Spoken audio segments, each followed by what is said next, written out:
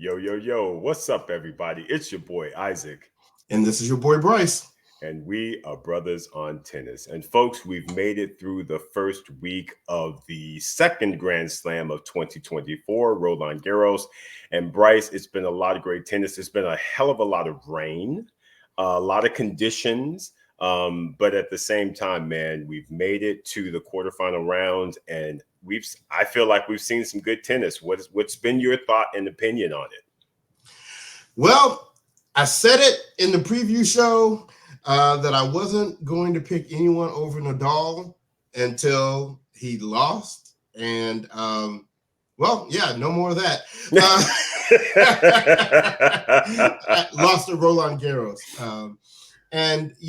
We talked about, I think you and I are going to have very different results as we talk about our predictions because I was out here trying to give some shine and some hope to some of these people who ain't never did nothing and maybe ain't never gonna do nothing. So I'm gonna get back on just picking the seeds again and rolling with that because apparently those seeding numbers mean something. Well. But no, we always love the majors. You have everybody there, everybody's battling it out. Thank goodness they added the roofs to Roland Garros a number of years ago. Thank goodness they added the lights to Roland Garros a couple of years ago. It's just, and clearly they get it right, but there's no reason in this day and time not to have those level of accommodations. Damn traditions, Right. Let's get things to where they make sense for people and we can keep these tournaments somewhat on track. So, before I turn it back over to you, I just want to acknowledge for those of you that follow us on Instagram and Facebook, we have had outstanding on-site coverage at the French Open, Roland Garros from our BOT fam, OG, Paul Oakley Stovall. Paul, you've been out there killing it. You've had us cracking up. It's been great. We thank you for that. And but if you haven't checked it out, please go back, check out those posts he's done. They've been amazing. They have absolutely been amazing. I have just enjoyed every single second of Paul's analysis. He's been at matches, folks. He's been a little bit behind the scenes near the player lounge, talking about players, their camps. So much good insight that Paul was able to collect while he was there. I loved that comment, though, that he made about Tommy Paul and himself. He was like, yeah, we got one thing in common. We both out of here tomorrow. Right. Exactly. So thank you again, Paul. Thank you again. All right. One more thing. Let's go ahead and put this out. For those of you who have been trying to watch the tennis, we know it's kind of all over the place. You got a little on the NBC, you got a little on Peacock, but the majority of the tennis is on the Tennis Channel. And so we want to remind you that, they've had the biggest names here in Paris. And Tennis Channel Plus is where you can go and you can watch many of these matches. They're still going to be bringing us courtside access going into the second week. You can watch every court live on your smart TV or on your phone in HD. So don't forget Tennis Channel Plus. That's where you can catch the tennis.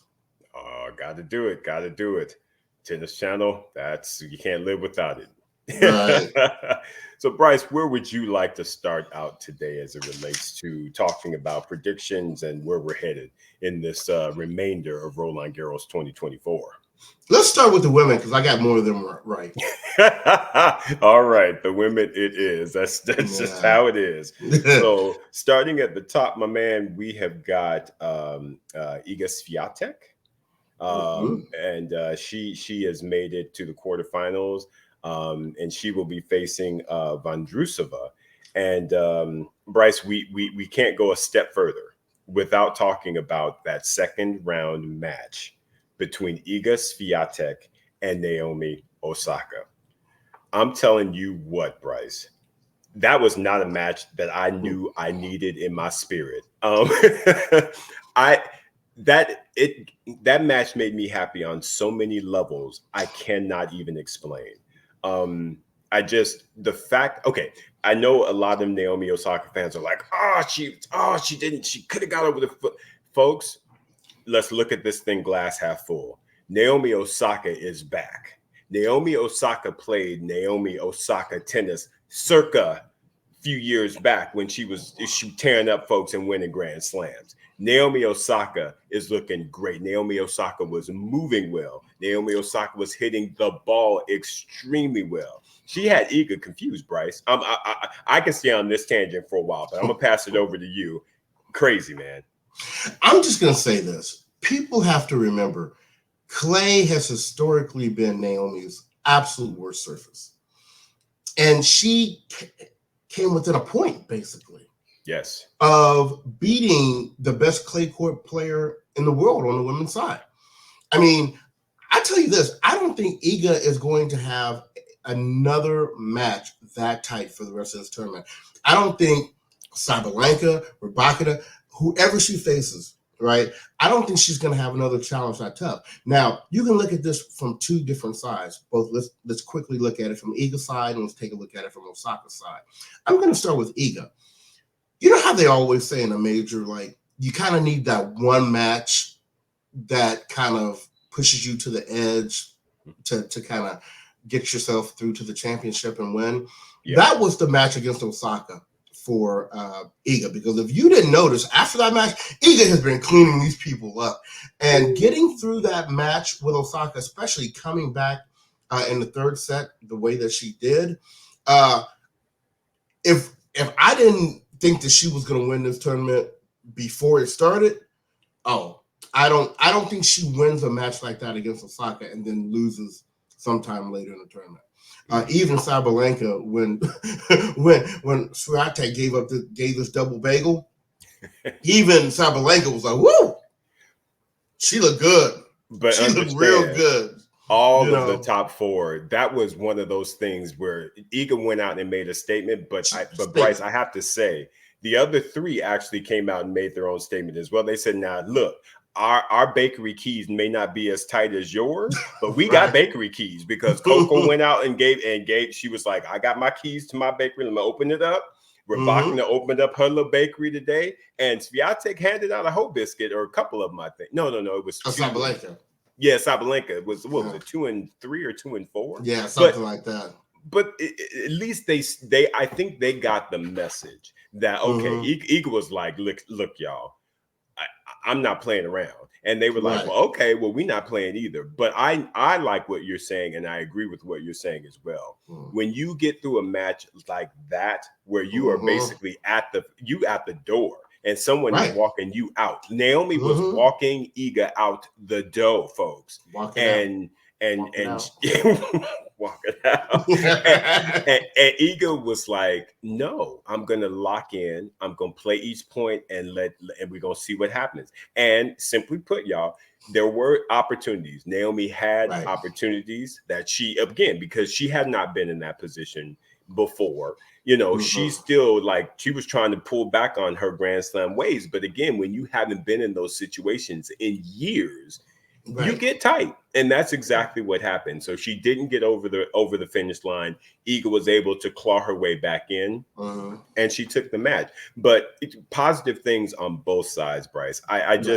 I'm so ecstatic for Naomi Osaka. And after the match, Bryce, this is to me where I'm loving Naomi Osaka more and more, because it wasn't like she was like, yeah, I cried. After the match, I had to get that out. But she went into press, because remember, folks, a long time ago, the whole press thing was an issue, and she was all like, I can't do press. She went into press, and she very eloquently stated, you know what?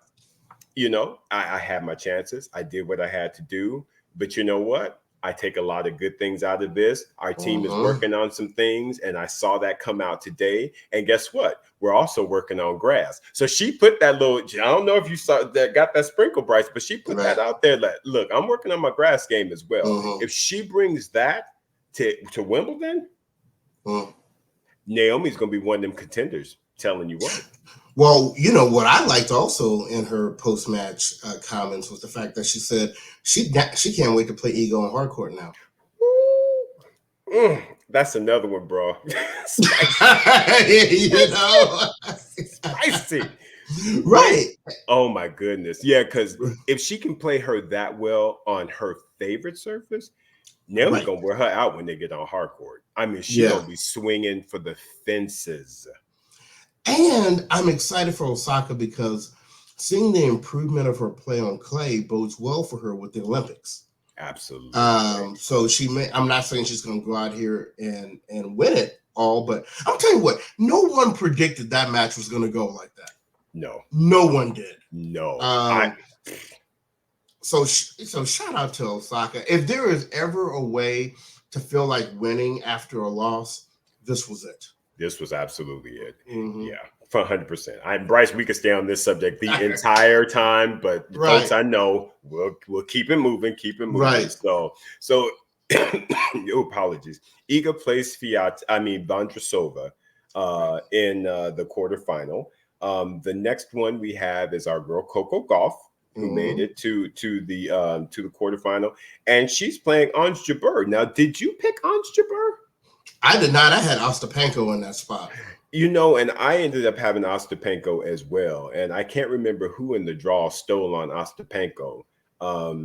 But yeah, she's been gone for a good minute. So, but that still, Bryce, will be a very interesting matchup, Coco against Ons, because Ons is actually playing some really good tennis. She's back to kind of waving that wand, if you will. So that one could, of all the quarterfinals, that's the one that I think is probably the quote unquote trickiest for the top four.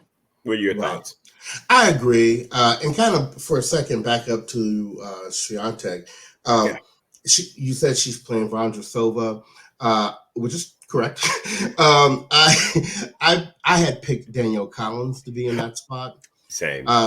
So I kind of missed on that, but yeah, I think you're right. I still think Coco against Jabeur is going to be the biggest. Well, and you know what? I got to roll that back a little bit. I think for the headlines, it is Coco versus Jabeur. But for your tennis enthusiasts, you know, Swiatek and Vondrousova, let's not forget, Vondrousova was a French Open or Roland Garros finalist. So she's not just somebody out here that don't know what they're doing on clay. Right. I'm not saying she's going to beat Iga, but you're talking about a Roland Garros champion versus a Roland Garros finalist. Right. So and current Wimbledon champion holder. Exactly. So you're exactly right. Both of those, I think, are a little blockbuster. You know, I agree. You're right. You're absolutely right. Yeah, we don't give Vondrousova enough love. I mean, you know, we keep thinking that she kind of slid into that Wimbledon championship last year, but no, she's actually a very good tennis player. And, you know, she's doing good things. And like you said, she's been a finalist at the Roland Garros. So definitely not a walkover, but definitely Iga will have the advantage in that match and going forward. Yeah. So, okay. So we've got the top half again. We've got Iga versus Vondrousova. You've got Coco versus Ons Jabeur. And take us through the bottom half then, Bryce. So we have Paolini versus Rybakina, which I think we both picked that, correct? No. I actually had Queenie taking out Paolini to get. So I had Queenie versus Rybakina, but Paolini and Queenie got stolen by somebody earlier. I forget. Avanesian, I think it was. Yeah. And so yeah, but I'm so happy for Jasmine Paolini. I just love me some Jasmine Paolini, and kudos for her or to her for keep representing. I mean, making it to, I believe this is her first quarterfinal of any Grand Slam. I believe it is. Yeah. So kudos to her for just working it out and keeping and just keep playing that great tennis. And mind you, Bryce, like we were talking about, that ain't no gimme either, because I believe she has a win over Rybakina. I think she does. Yeah. So looking forward to that for sure. Come on, sister girl. And then at the bottom, we have Andreeva against Sabalenka. And I actually had Azarenka. I know it sounds alike. Azarenka versus Sabalenka. But and I had Maria Sakkari. Thank you. Still, but funny enough, I had Maria Sakkari playing Andreeva to make it to the quarter. So at least I had Mira getting to the round of 16. Right. But that's what I get for voting for Sakkari. But with that said, go Mira Andreeva. I mean, she is having, she's showing up. I mean, she's 17 years old and she's proving everybody. She's proving, her hype to be legit, that she is one of these young players that watch out. She's going to be making that run to the top 10. So kudos to her. Right. So with that being the quarterfinal lineup, let's kind of talk about what our predictions are going forward. Yes. So going back up top, we got Iga versus Vondrousova. I'm going Iga. Where are you going? Well, in all honesty, Bryce, I'm keeping all of my predictions that I have. So yes, I had Iga going over Collins. I still believe Iga will beat Vondrousova to make it to the semis. Okay. I had all except for Coco. I actually had Coco losing to Ostapenko, but it doesn't change my ultimate because I have Iga winning the whole tournament. I had Iga taking out whether it was Coco or Ostapenko. And then for me in the bottom, I have Sabalenka taking out Rybakina. So I have Sabalenka getting over Azarenka Andreeva, and Rybakina coming through over Perlini. Yep. And then I have Sabalenka making it to the finals. A rematch of the Iga Sabalenka story we've seen recently. And I have Swiatek coming through just like she has recently. Yep, that's the same. I have it, which is so crazy because I think this will probably be the first slam, if our predictions are correct, where the top 4 seeds will actually make it to the semifinals. Right. And let's just take a quick second to really just talk about how, I guess, stabilizing, if that's even a word, the ladies' draw has been. Because if you look at the quarterfinalists, we've got 6 of the top 8 seeds that made it to the quarterfinals. So the top 4 made it. You had the 5th seed in Vondrousova make it, and you had the 8th seed in Ons Jabeur make it. So the only seeds that didn't make it were 6 and 7, which I believe were Queenie and Maria Sakkari, the 2 that I voted for. So I apparently went pretty much rankings wise. But kudos to the ladies for again driving that top 4 and again giving a little bit more stability to their draw. But like you said, Bryce, I think our predictions are exactly the same. I've got Iga winning it. I've got her taking out Big Sab, and like you said, semifinals. I have Iga taking out Coco, Rybakina taking the L to Sabalenka. Right, and we've been saying it for a while. Right now on the WTA, there is a tier break there after the top 4 women for all the major tournaments. I mean, Swiatek, Coco, Rybakina, Sabalenka. I see all major championships for a while being won by one of the 4 of them. I absolutely agree. Yeah, I absolutely agree. I think through 2024, 2025, I think you will have some, 1 or 2, like again, Mira Andreeva, I think is going to start making her push. But I still feel like the top 4 will continue to be the top 4. Danielle, unfortunately, is going to retire at the end of the year. Otherwise, I would put her in that category as well. But yeah, it's all good. Because here's one other thing, and don't take this comparison wrong. I almost compare them to the big 3, right? In terms of they rarely lose before they should.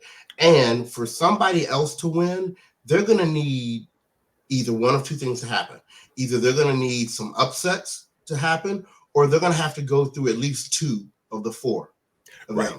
And unless you're Leylah Fernandez at the U.S. Open, I mean, most folks probably aren't going to. They may make it through 1. Right. But that second one going to be sitting there waiting like, oh, yeah, come on now. Come on with it. Exactly. Exactly. It's going to be tight. And I tell you what, no matter how this Roland Garros turns out, I think Iga is going to want Sabalenka to stay as number 2.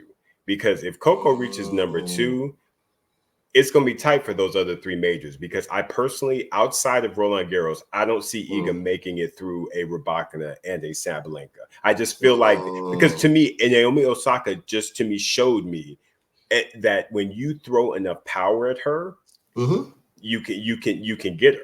And unfortunately, fortunately and unfortunately, there are really only a couple of players out there that have that level of power and consistency that really can bother her, and that's Rybakina and Sabalenka.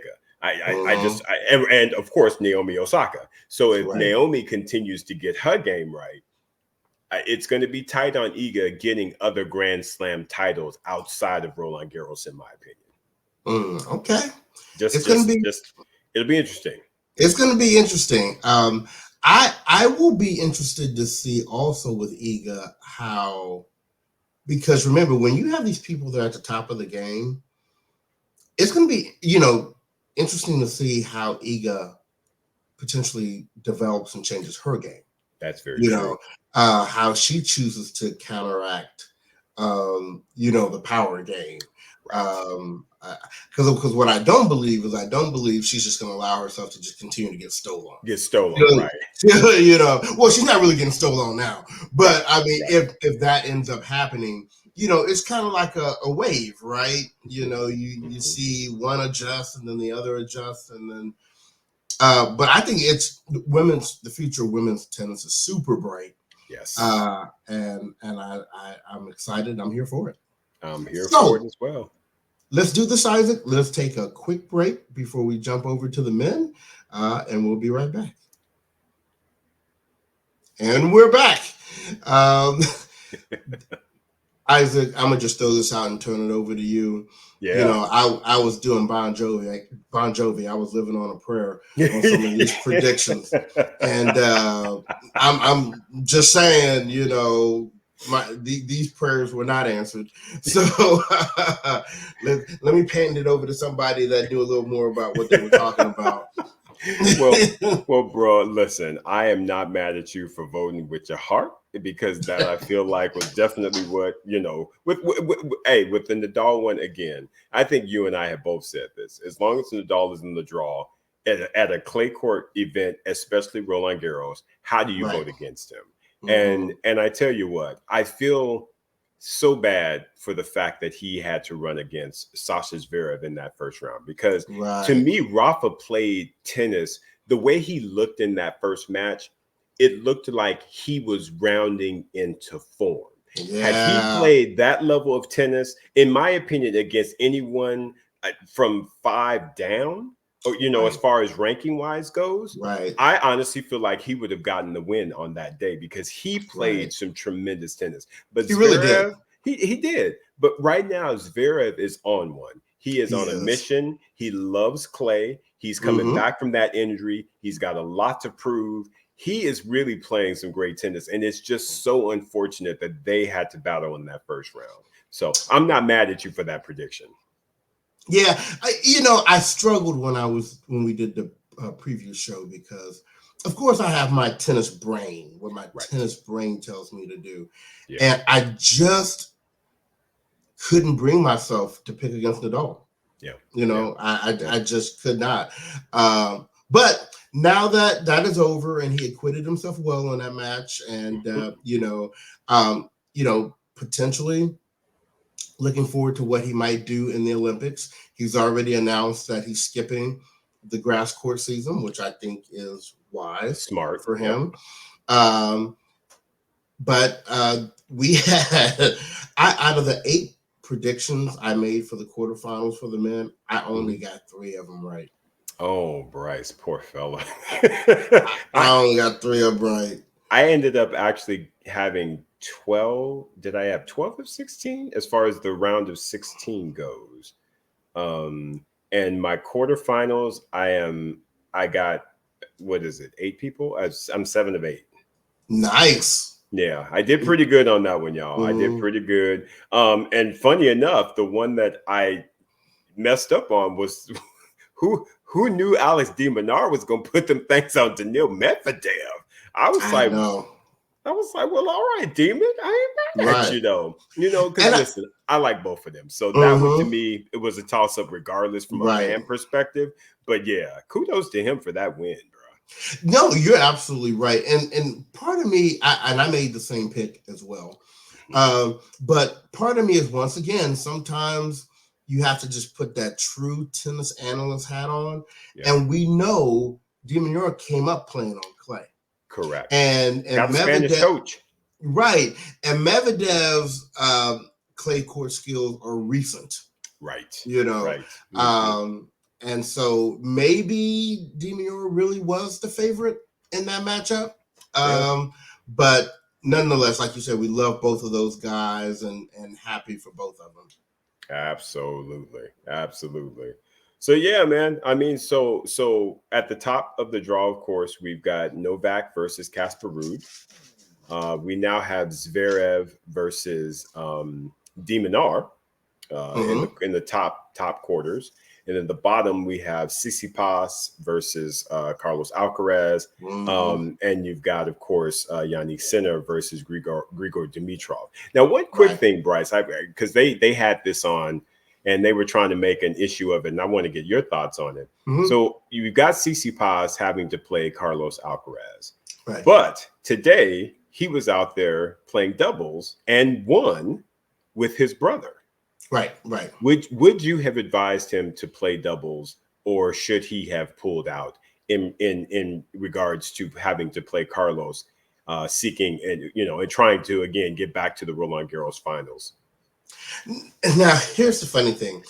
I maybe feel a little different about this just because I saw an interview that Tsitsipas did maybe a month ago or whatever, because they were talking about him playing mixed doubles at the Olympics with Sakari. Right. And he stated for him, the most important thing was playing the Olympics with his brother. He said, because that's family, and he would rather medal. I think he said something like he would rather medal with his brother than even medal individually. So I know that these matches are practice and lead up for the Olympics for him. So maybe not about how I would have advised him, but I'm not surprised at his decision, because to him, clearly the Olympics with his brother, and if they can medal together, it's like the most important thing for him this year. You saw I don't know who pulled out first, but you saw he did pull out with Bruthas, with the mixed doubles. So he did make a concession there apparently, but I think the brother thing for him carries more weight than most people understand. Exactly. Yeah. And I 100% agree with what you just said. Because to me, I was like, why y'all giving him flack? I was like, this is an Olympic year. He's playing with family. That's his brother. They played before. So it ain't like they scrubs. It ain't like he doing his brother a favor. They're actually a legitimate doubles team. I was like, y'all ain't saying nothing about Coco playing doubles with Siniakova. Why y'all on Tsitsipas's back? So I because like I said, it's not like I'm a deep fan of Tsitsipas or anything like that. But I kind of took I was like, why y'all getting on that boy? I was like, let him do what he gonna do. I was like, ain't nothing wrong with him playing doubles with his brother. So I felt it was very commendable. So I agree 100%. And let's throw this on top of it too. If the Olympics is really what the goal is, they're playing at the place where the Olympics is going to be. So there is no better practice than playing doubles here. So Tsitsipas, you go ahead and do your thing. Shout out to you having love for your family and holding that up. Exactly. So didn't mean to deter us, but I heard that one, I was just kind of like, let me talk on this a little bit, because I think the analysts are getting a little tricky now. Come on, let's be right. So and he know he ain't gonna beat Alcaraz anyway. So and quietly, that's kind of what was in the back of my head as well. I was like, Carlos was looking like Carlos, and so let's go ahead and talk about these matchups, brother. So what are you thinking about? And since we're on the bottom, let's go bottom up. So we're talking Tsitsipas, Carlos. What are your thoughts on that matchup, and who you see coming through there, as well as that Sinner Grigor match? So with Alcaraz, Tsitsipas, whenever I think about Tsitsipas playing someone who has a strong backhand, I feel like he's at a disadvantage because whenever they decide to make it a backhand to backhand rally, he's eventually going to, I feel like, lose those longer rallies like that, especially on clay. I mean, Tsitsipas has the great serve, the 1-2 punch with the serve and the forehand, and acquits himself very well at the net. But I think the difference in backhand is going to make the difference in that final result. And I just think Alcaraz is coming through. As it relates to the other match, I was so uncertain about what was the status of Sinner coming in to this tournament. But I'm going to almost use the same, story here. Yes, Dimitrov has the beautiful Federer-looking backhand and all that. But against Sinner's backhand, since Sinner is looking healthy, I just don't. It's so funny, Isaac, as I'm talking about this, these matchups to me are almost kind of identical because Dimitrov has a nice serve, good forehand, acquits himself very well at the net, but I just think Sinner is going to be too solid from the backcourt, too much power. And I see Sinner coming through on that one. Yeah, exactly. And that was the reasoning behind me kind of picking both Carlos and Sinner over Grigor and Tsitsipas is for what you just said. I just feel like both of their, they are the one-handed backhands in the top 10. But at the same time, when you've got folks like Carlos Alcaraz and Jannik Sinner with the backhands that they have, it's just not a good matchup, in my opinion. I would give Grigor a better chance of getting an upset against Sinner than I would Tsitsipas over Carlos, because I agree. Carlos can match. I mean, in fact, I actually would probably take Carlos's forehand more than I would take Tsitsipas, and that's Tsitsipas's weapon. So, right, you know what I mean. So, yeah, I definitely. And I throw something else out there, Isaac. Yeah, something that Tsitsipas normally has over his opponents is his level of athleticism. Right, and Carlos is just as, if not more, athletic than Tsitsipas, so he doesn't even really have that advantage in this matchup. Correct. All right, so it sounds like the Alcaraz Sinner battle for semis is what we've got on our game cards, if you will. Now, how about the top? What are you thinking on the top? I can't vote against Rafa. I can't vote for Djokovic. So come on, Casper Ruud, work your magic. You had a great lead up to Roland Garros. You've been to the finals twice. You don't have to worry about Nadal putting it on you this year. So let's do this. And I'm just gonna pray and hope Ruud comes through that Djokovic match. I'm so sick of Djokovic right now and all his falling over and getting to it and then wants to turn it on when he can't. All this Paul Pierce stuff he's doing on the tennis court. I'm just so sick of him. Let him go somewhere. You are funny. Keep it going, brother. I love it. And then in the second, you know what?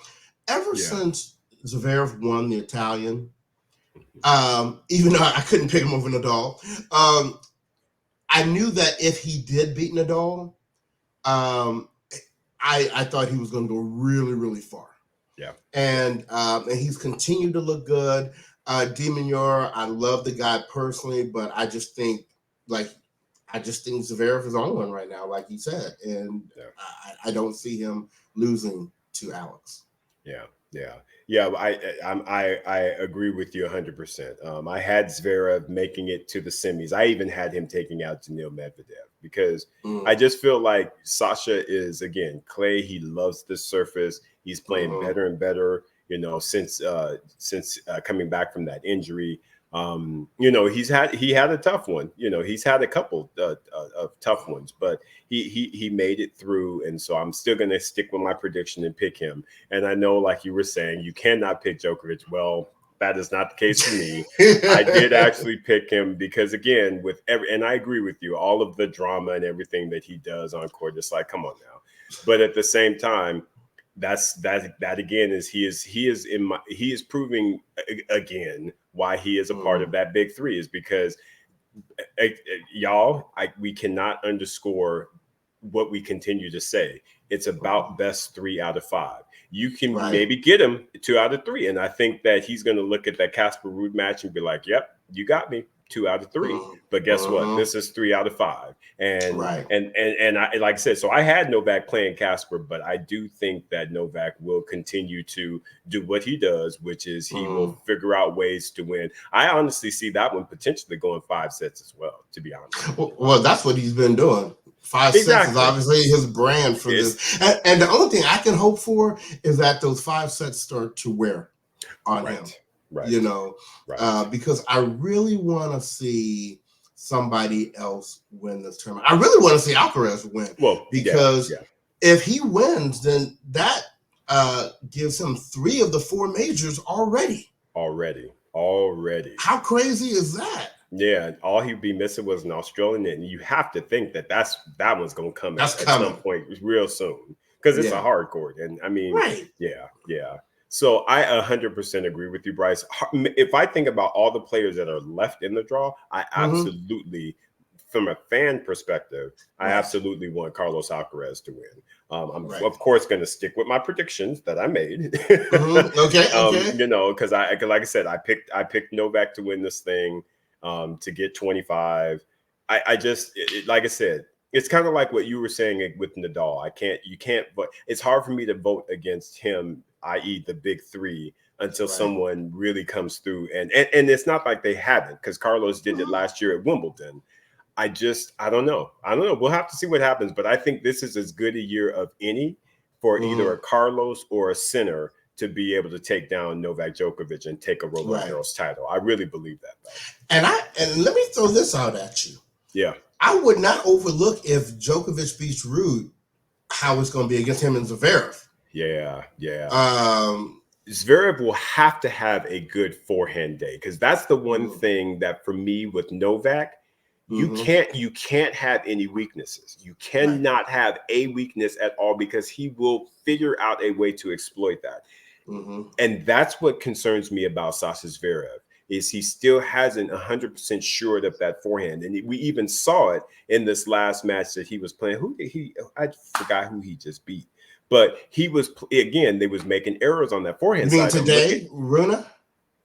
Yeah, with Rune. Because didn't they go 5? Yeah, they went 5 sets. Yep. And so, and it's just, again, you can get by. Again, you know, some of the, you know, but against a Novak, I just don't think his forehand is going to be able to take him through best 3 out of 5.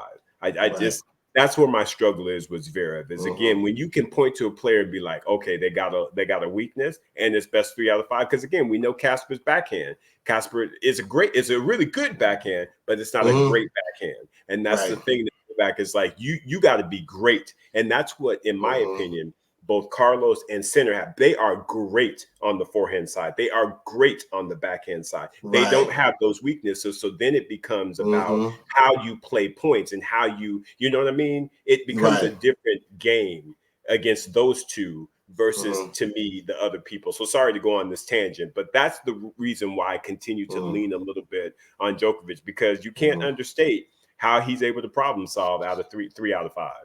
Right. Well, I tell you what, these little Jedi mind tricks he's been playing on Musetti and Cerundolo, he won't be able to do that on these next 3 matches. He won't be able to do that with Ruud. He won't be able to do that with Zverev.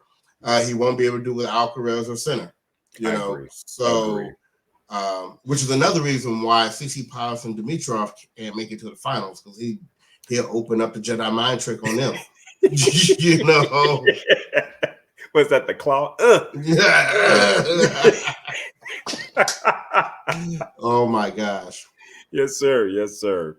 So Bryce, are you picking Carlos then to win the tournament? I am. So I'm picking the finals to be Alcaraz versus Zverev. I have Zverev taking out Ruud and Alcaraz taking out Sinner in the semis, and then Alcaraz taking out Zverev in the finals. Gotcha. Very good. Well, that's our draws, folks. I mean, Bryce, is there anything additional that we should mention to the folks or cover on this mid Fortnight episode? Not that I can think of, other than look, there are some amazing matchups in the second week. So if you are any level of a tennis fan, I'm so glad I'm home this week.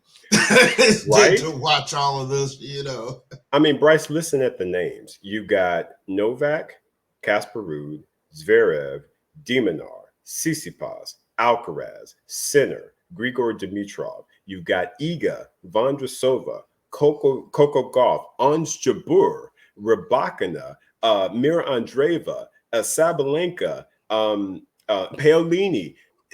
What name did I just say that we have not talked about and fawned over? I mean, seriously. Right. We've got there is going to be some outstanding tennis between tomorrow morning and the rest of and Sunday championship weekend, y'all. If y'all are not watching Roland Garros, something wrong with you. Something wrong with you, because I'm gonna be all up on this TV with my popcorn. Yeah. Because every match is going to be fire straight through the rest of the tournament. Simply put, it is. All right, absolutely. So, well, with that, we'll go ahead and wrap this one up.